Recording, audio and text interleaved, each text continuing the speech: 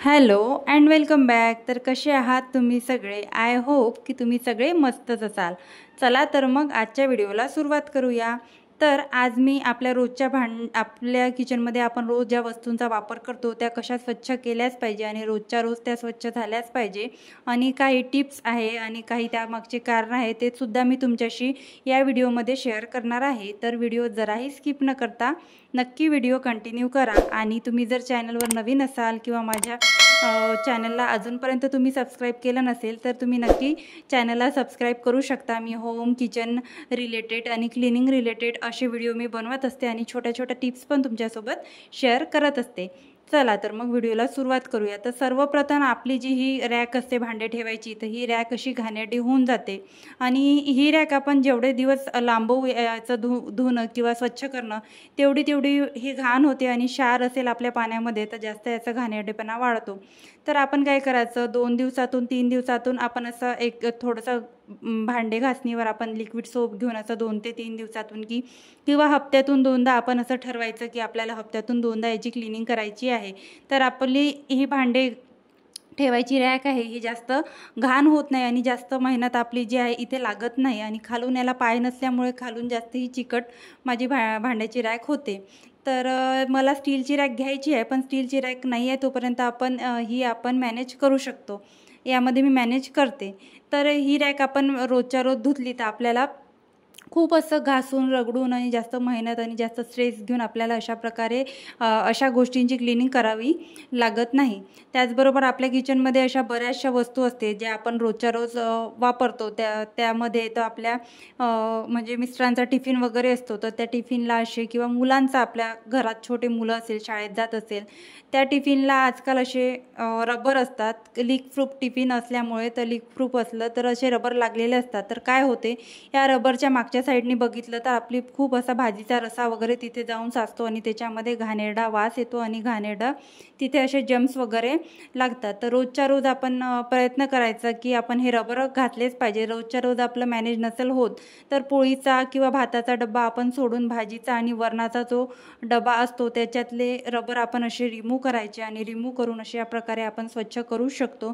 एखादी आपल्या किचनमध्ये आपण सॉफ्ट स्क्रबर ठेवायचा आणि त्या सॉफ्ट स्क्रबरनी अशा प्रकारचे जे आहे म्हणजे रबर आहे. त्याचप्रकारे आपल्या मिक्सरच्या पॉटला पण अशा प्रकारे रबर असतात आणि हे जे काही प्लास्टिकचे आपले झाकण असतात तर हे खूप असं सॉफ्ट प्लास्टिक असतं. फूड ग्रेड प्लास्टिक असल्यामुळे हे सॉफ्ट प्लास्टिक असतं आणि याला थोडंसं पण घासणी लागली तर लगेच याला क्रॅचेस पडतात. तर अशा प्रकारचे आपल्याकडे डबे वगैरे असते तर त्याला अशा प्रकारे आपण ठेवू शकतो आपल्या किचनमध्ये.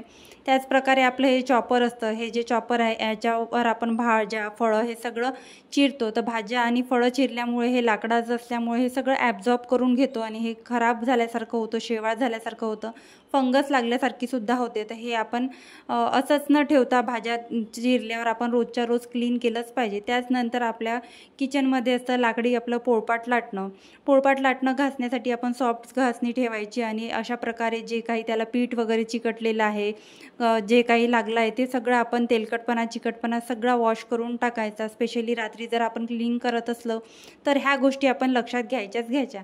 त्याच नंतर आपल्या किचनमध्ये आपली अशी पकड म्हणा सांडशी म्हणा ही असते ती पण आपण स्वच्छ करायलाच पाहिजे, कारण त्याला पण खूप असा तेलकटपणा लागतो. त्याचप्रकारे चाकू वगैरे असते, चाकूला पण आपण भाज्या फळं वगैरे चिरतो. कुठल्याही प्रकारचं क्रॉस कंटॅमिनेशन न होऊ याची काळजी आपल्याला घ्यायची आहे. त्यामुळे आपण चाकू वगैरे धुवायलाच पाहिजे. त्याचबरोबर आपले गॅसची शेगडी आहे त्या शेगडीवर अशा प्रकारे स्टँड असतात. ह्या स्टँडवर कधी भाजी कधी वरण काही असं सांडलं जातं. हे सगळं सांडलं गेल्यामुळे आणि ते आपण तसंच त्यावर गॅसवर काम करत गेल्यामुळे हे सगळं करपल्या जातं आणि करपल्या गेल्यामुळे मग नंतर धुवायला जास्त आपल्याला एफर्ट्स लागतात आणि जास्त ते घाण तेलकट चिकट असं होतं. त्यासाठी आपण कंटाळा न करता रोजच्या रोज दिवसातून एकदा तरी आपण हे जे स्टँड आहे ते स्वच्छ करायला पाहिजे. तुम्ही असं रुटीन ठरवू शकता की मी सकाळीच पूर्ण डीप क्लिनिंग करणार आहे माझ्या स्टँडची, माझ्या शेगडीची, किंवा रात्री मी सगळ्या या गोष्टीची डीप क्लिनिंग करणार आहे. तुम्ही अशी रुटीन ठरवायला पाहिजे. तर माझं तर रुटीन आहे, मी रात्री या गोष्टी क्लीन करून ठेवते जेणेकरून मला सगळ्या गोष्टी ज्या आहे सकाळी एअर ड्राय होऊन मिळतील आणि मी सकाळी पण आता गोष्टी रुटीनमध्ये ठेवल्याच आहे. त्याचप्रकारे आपल्या घरामध्ये किचनमध्ये किचनमध्ये कास्ट आयरन किंवा बिडाचे अशा प्रकारे भांडे असते, तर या भांड्यांची पण आपल्याला स्पेशली काळजी घ्यावं लागतं. याला पण सॉफ्ट आणि एकदम माइल्ड फक्त वॉटरनी जर आपण वॉश केलं तरी चालतं, साध्या पाण्याने वॉश केलं तरी. आणि याचा पण आपल्याला मेंटेनन्स असतं, ते पण आपल्याला व्यवस्थित ठेवावं लागतो. त्याचबरोबर नंतर आहे जे आपल्या किचनमध्ये वायपर असतो, तेलकट चिकट होतं आणि अन्नाचे कण सगळे त्याच्या समोर जो आपण वाईप करतो तिथे सगळं असं चिकटलं राहतं. ते सुद्धा वायपर आपण एकदा वॉश करू शकतो. त्यानंतर आपला सिंक एरियाजवळचे नळ, आजूबाजूचा एरिया सगळा हा चिकट होतो आणि तिथे सगळ्या प्रकारची घाण आपल्या किचनमधली आपल्या सिंकमध्ये येते आणि स्वयंपाक करताना आपले हात तिथे लागले जातात. आणि आपण जरी स्वयंपाकासाठी पाणी आपण वेगळं घेत असू आणि त्याच पाण्याने पूर्ण स्वयंपाक करत असू, तरी आपण हात धुवायला मला खूप अशी सवय आहे की थोड्या थोड्या गोष्टीने हात धुवायचं. तर सिंकपाशी आपण जातोच आणि घाणेरडे हात सिंकला लागतात. आपण अशा प्रकारे एकदा आपण क्लिनिंग करू शकतो. त्याचबरोबर माझ्याकडे आता अशी लिक्विड सोपची बॉटल आहे, त्या बॉटलमध्ये मी अशी लिक्विड सोप ठेवते. तर दिवसातून एकदा अशी वॉश करून घेते, कारण लिक्विड सोप जेव्हा मी त्यातून घेते तर ते लिक्विड सोप पूर्ण असं उमटलेलं असतं त्याच्यावर, तर ते सगळं स्वच्छ करते. त्यानंतर आपलं किचन आहे, किचन तर आपण रोजच्या रोज स्वच्छ करतो. आपण सकाळी डीप क्लिनिंग करतो आणि रात्री अशा प्रकारे स्प्रे वगैरे मारून किंवा पुसून घेत असतो, कारण रात्रीचं आपल्या किचनमध्ये किंवा आपल्या घरामध्ये एवढ्या प्रमाणात व्हेंटिलेशन नसतं की आपली गॅस शेगडी आपण डीप क्लीन केल्यावर वाळेल. तर आपण अशा प्रकारे पुसून घेऊ शकतो, वाईप करून घेऊ शकतो किंवा एखादी टिश्यू वगैरे घेऊन आपण स्वच्छ करू शकतो. माझं तरी असं पर्सनली ओपिनियन आहे की गॅस शेगडी जी आहे ती आपण पाण्याने धुवायला नाही पाहिजे रात्रीची. मी आता ह्या सगळ्या टिप्स आहेत, हा व्हिडिओ मी रात्रीच्या वेळेला केला आहे, म्हणून मी असा एक स्प्रे बनवून ठेवला आहे. या स्प्रेने मी रात्रीची क्लिनिंग करून घेत असते. आणि एकदमच जर चिकट तेलकट झालं किंवा तळण वगैरे काढलं, तेव्हा मग ऑप्शन नसतो, तेव्हा मग रात्रीची आपण शेगडीची डीप क्लिनिंग करते. तेव्हासुद्धा मी पाण्याने शेगडी कधीच धुवत नाही. आणि तुमच्याशी मी प्रत्येकच व्हिडिओमध्ये शेअर करते की पाण्याने शेगडी धुवत नाही आणि काउंटर टॉप पण मी कधी पाण्याने धुवत नाही. त्याचे 2 फायदे आहे, शेगडी पण आपली खराब होत नाही आणि दुसरा हा फायदा आहे की आपल्या ट्रॉलींमध्ये पण पाणी जात नाही. आणि तिसरा सर्वात मोठा फायदा आहे की आपलं पाणी वेस्टेज होत नाही. त्याचप्रकारे आपल्या किचनमध्ये अशा प्रकारचे ऑर्गनायझर असतात, रॅक असतात छोट्या छोट्या, याच्यामध्ये सगळं सामान बसून जातं. ते रॅक इझिली आपण पुढे घेऊन अशी पुढे मागे करून तिचं पण क्लीन करून घेऊ शकतो.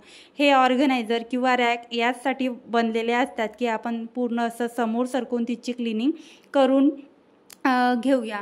त्याचबरोबर आपण किचन तर क्लीन करतो आणि एकदा जर आपण खिडकी आहे, आजूबाजूचा एरिया आहे, सगळा जो आजूबाजूचा सरफेस एरिया आहे, तिथे जर आपण एक वेळा असा रफ केलं तरी आपली किचन स्वच्छ दिसते आणि सुंदर दिसते.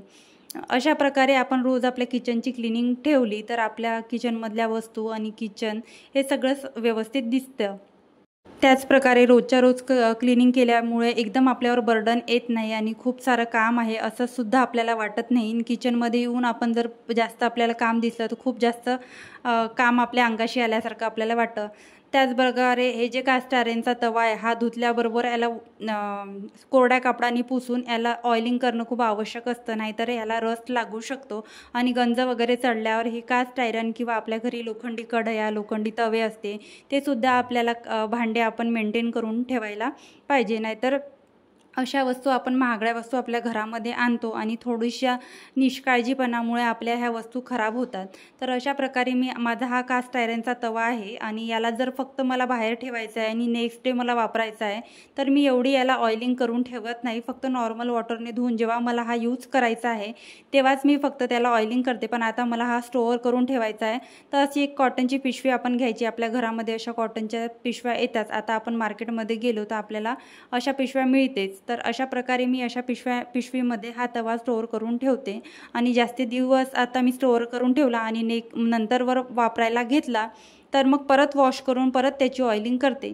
त्याच प्रकारे आता माझं क्लिनिंग तर सगळं झालं आहे. आता मेन जे क्लिनिंग आहे ते मला भांडे घासणे त्या गरम पाण्यात टाकायचे आहे. तर गरम पाणी करायला ठेवलं तर मला थोडा वेळ होता, तर त्या वेळेत मी इकडे आली. ह्या ज्या केटल आहे त्या सगळ्या पुसून घेत आहे, त्याच्यावर तेल वगैरे उडलं जातं. ह्या केटेलचं काय होते, तेल जेव्हा पण मी घ्यायला जाते तर तेल पूर्ण असं निथळून असं खाली येतं, केटलमधून खाली सांडतं. तुम्ही बघू शकता तिकडे मी प्लेट ठेवली आहे त्या केटल खाली, पण हे जे तेलाचं माझं छोटं पॉट आहे, या पॉट खाली कुठलंही काहीच ठेवल्या नसल्यामुळे तिथे सगळं असं तेल उमटलं आहे त्या पेपरवर.